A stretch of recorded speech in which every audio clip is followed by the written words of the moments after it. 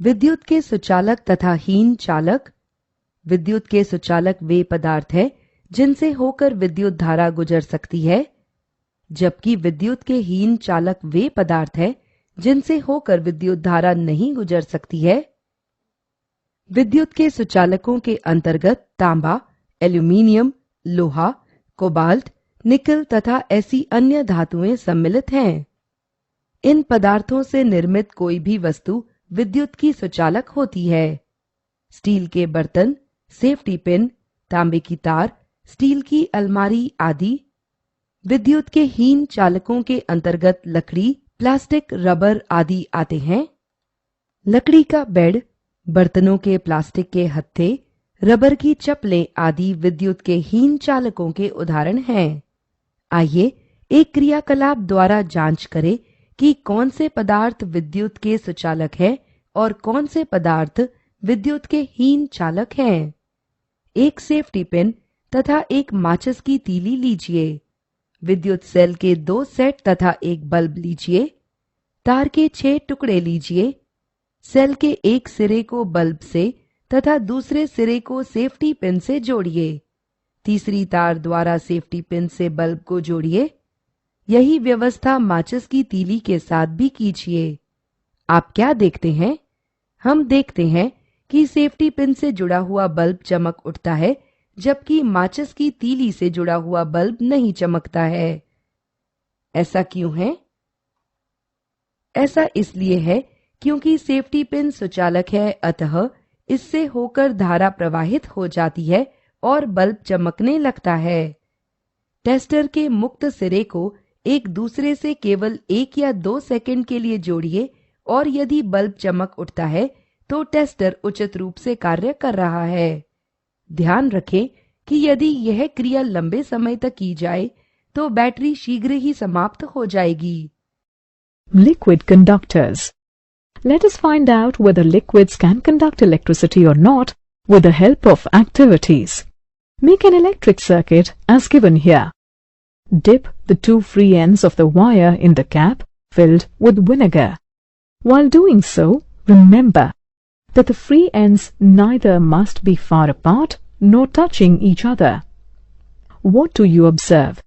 We observe that the bulb glows. How does it happen? The vinegar was present in between the free ends of the wire. As the current flows from the battery to the vinegar, it allows the current to pass through it. Hence, the circuit was completed and the bulb started glowing. Hence, we can say that the vinegar is a good conductor. Have you observed the brightness of the bulb? Is it as bright as it was in the case of the safety pin? No, it is dimmer than the safety pin. Why is it so? A bulb glows because as current flows through it, lots of heat is generated, which heats up the filament of the bulb and hence it glows. The current through the vinegar might be very weak as compared to the metals. So, a weak current cannot generate ample amount of heat and hence the bulb glows dimmer, and in some cases it does not glow at all. Our bulb tester fails to detect a weak current in the circuit. Diode or LED can be used to detect weak current. It has 2 ends or leads. One is longer and the other is shorter. The longer lead is attached to the positive terminal of the battery and the other with the negative terminal of the battery. We can even use a magnetic compass in our tester to detect weak current. You might wonder how it will do so. Well, do you remember that current has magnetic effect? If you keep a magnetic compass near a current-carrying wire, it will show deflection. We can use a magnetic compass simply in place of bulb in our tester. If there is any current in the circuit, however small it may be, the compass will show deflection. We can do similar tests with lemon juice, vegetable oil, milk, honey, tap water, salted water and distilled water. And we find out that the lemon juice, the tap water, the salted water conduct, whereas the honey, the milk, the vegetable oil and the distilled water do not conduct. Here we see that the distilled water cannot conduct, whereas the salted water and the tap water can conduct. The tap water contains impurities in the form of salts, whereas the distilled water is free of such impurity. So we can say that any salt added to the distilled water makes it a good conductor of current and electricity. विद्युत धारा के रासायनिक प्रभाव। आइए विद्युत धारा के रासायनिक प्रभाव जानने के लिए क्रियाकलाप करते हैं। 2 सेल लीजिए, तांबे के 2 छड़, लंबी तार। तांबे की तार के एक सिरे को बैटरी के धन टर्मिनल से तथा दूसरे सिरे को ऋण टर्मिनल से जोड़िए। इन छड़ों को जल की सतह के ऊपर धात्विक टोपी सहित लवणीय विलयन में डुबोइए। ऐसी व्यवस्था में इन छड़ों को इलेक्ट्रोड कहा जाता है। दोनों छड़ों को ध्यानपूर्वक देखिए। क्या इलेक्ट्रोडों पर कोई घटना घटित होती है? हाँ, सुचालक विलयन से होकर धारा प्रवाहित होती है, जिसमें कुछ रासायनिक अभिक्रिया होती है, जैसे इलेक्ट्रोड पर कुछ निक्षेप जमा होना, गैस के बुलबुले निकलना तथा विलयन का रंग फीका होना।